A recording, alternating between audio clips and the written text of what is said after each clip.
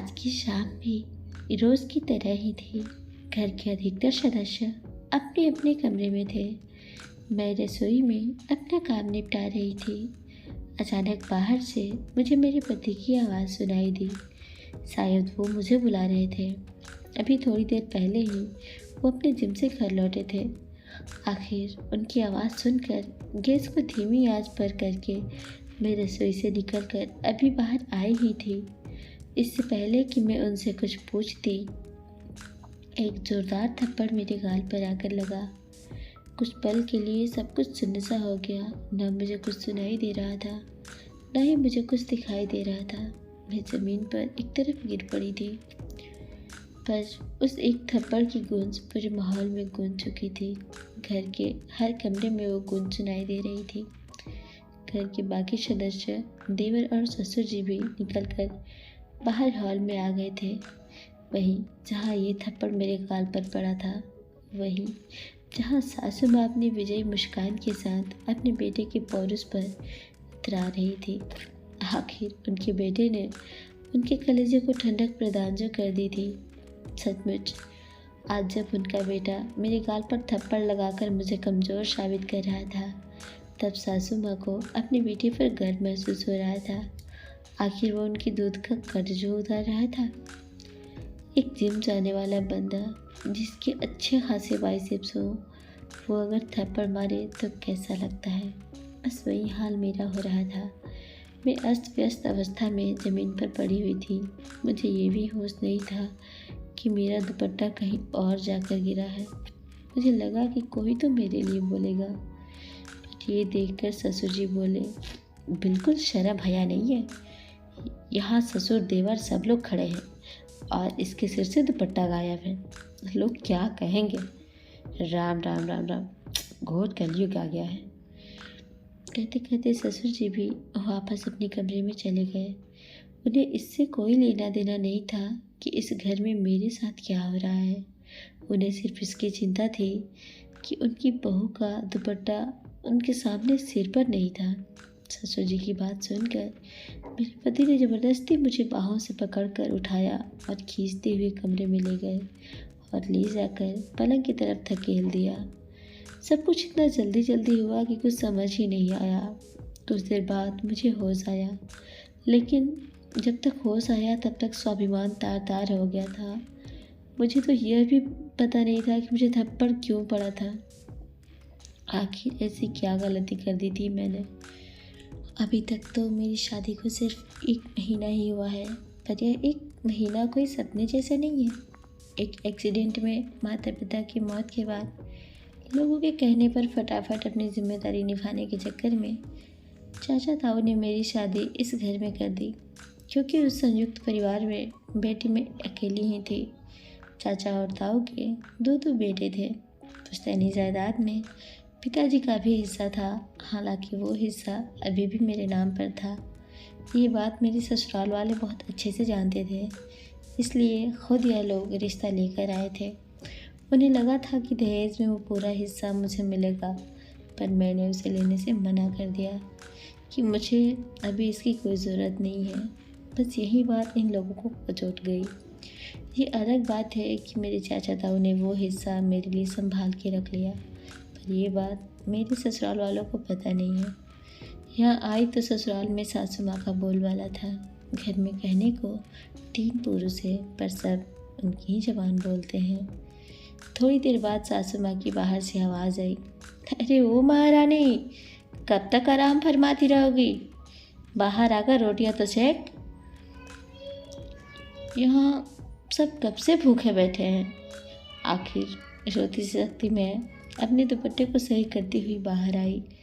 मुझे देखकर मेरे पति ने कहा, अब तो सबक मिल गया होगा। आज के बाद खबरदार मेरी माँ को किसी काम के लिए कहा तो वो यहाँ किसी की नौकरानी नहीं है। माँ बाप ने कुछ संस्कार नहीं सिखाए इसे। पति की बात सुनकर मन घृणा से भर गया। ऐसा कौन सा काम कह दिया था मैंने सासू माँ को करने के लिए, इसकी मुझे यह सजा दी गई थी। तभी याद आया कि सासू माँ को शाम को चाय की तलब हुई थी, तो चाय बनाकर उनके कमरे में देने गई तो सासू माँ कमरे में नहीं थी, इसलिए चाय टेबल पर रखाई थी। रसोई में आकर आटा गूंथ ही रही थी कि सासू माँ ने चाय के लिए आवाज़ लगाई। आटे से हाथ सने होने के कारण सिर्फ इतना ही तो कहा था कि आपके कमरे में टेबल पर ही रखी है, ले लीजिए। भले ये भी कोई काम हुआ। 55 साल की औरत इतनी बड़ी बुढ़िया हो गई कि चाय का प्याला भी नहीं उठा पाई और बेटे से शिकायत कर दी। और बेटा भी इतना समझदार कि इतनी सी बात के लिए थप्पड़ खींचकर लगा दिया। अभी 1 महीने पहले तक इनके घर में से कौन से नौकर चाकर लगे हुए थे जो इनकी माँ काम नहीं करती थी। बहू के आते ही अचानक क्या हो गया? मन में कई विचार उबाल मार रहे थे। अगर जवाब नहीं दिया तो जिंदगी भर भुगतान होगा। पूरे शरीर की नस नस में गुस्सा दौड़ रहा था। इतने में सासू माँ ने फिर कहा, अरे क्या भूत बनी खड़ी हुई है, जाकर रोटियाँ सेक। मुझे वहाँ खड़ा देखकर पति भी मेरे पास आकर बोले, माँ लगता है इसको अभी भी समझ में नहीं आया। वो तो ट्रेलर था, इसको अभी पूरी पिक्चर दिखाता हूँ। माँ जरा दरवाजे के पास जो लाठी रखी है वो देना। आज इसे बता ही देता हूँ कि ससुराल में कैसे रहते हैं। इससे पहले कि ये कुछ कर पाते मैंने खींच कर थप्पड़ इनके गाल पर रशीद कर दिया। मेरी हरकत से सभी लोग हैरान हो गए थे। कुछ देर के लिए उस थप्पड़ की गूंज ने सभी को चुप करा दिया। फिर चुप्पी तोड़ते हुए मैंने कहा, अपनी बूढ़ी माँ से काम कराते हो तुम? शर्म नहीं आती या संस्कार बेच खाए हो? तुम्हारी बूढ़ी माँ ने कुछ सिखाया नहीं तुमको कि ऐसी बूढ़ी औरत से काम नहीं कराते? अरे जिसको एक कप उठाना भारी हो गया उसे तुम लाठी जैसी भारी चीज उठवा रहे हो। मेरी बात सुनकर गुस्से से मेरा पति अपने गाल चलाते हुए मेरी तरफ देख रहा था। तभी सासू माँ फुंकार कर बोली, अरे तेरी इतनी हिम्मत कि मेरे बेटे पर हाथ उठाए? कैसी औरत है रे तू? अपने पति की इज्जत नहीं करती? बेहुदा औरत, लो क्लास के लिए ही सही अपने हाथ को काबू में नहीं रख सकती थी। सासू माँ हाथ तो बड़ी महान है। जब बेटा बहू को थप्पड़ मार रहा था तो वो उसकी मर्दानगी थी। अब बहू ने पलटकर थप्पड़ मारा तो बेहुदगी। मैं बर्दाश्त करने वालों में से नहीं हूँ। तभी ससुर जी भी चिल्लाते हुए बोले, इसे घर से धक्के मार कर निकालो। माँ बाप तो है नहीं, देखते चाचा तो कब तक घर में रखेंगे? शर्मो हया बेच खाई इसने। अरे चाचा ताऊ तो रख लेंगे, लड़की की शादी की है, बेचा नहीं है हमने। हिम्मत कैसे हुई हमारी बच्ची पर हाथ उठाने की? माँ बाप नहीं है तो इसका मतलब यह नहीं कि वो जो आएगा तुम करोगे। अचानक पीछे से ताऊ जी की आवाज़ आई। पलट कर देखा तो चाचा जी, ताऊ जी और उनके बेटे खड़े थे।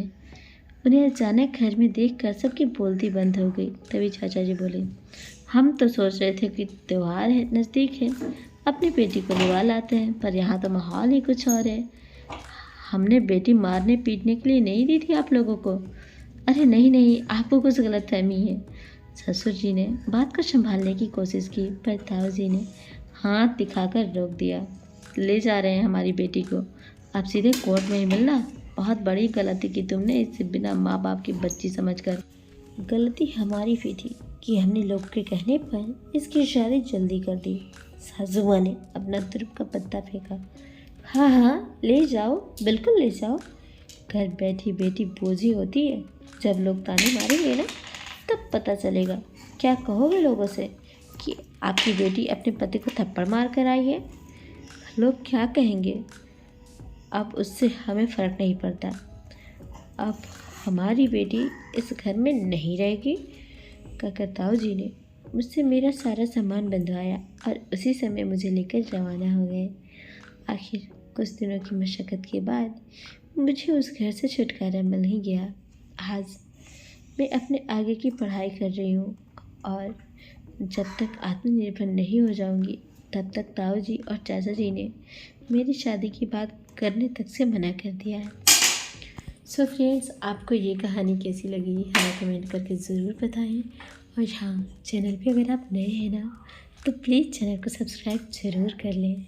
मिलते हैं ऐसी ही किसी दूसरी कहानी में। तब तक के लिए नमस्कार, प्रणाम, अपना ख्याल रखें, अपनों का ख्याल रखें। Bye bye.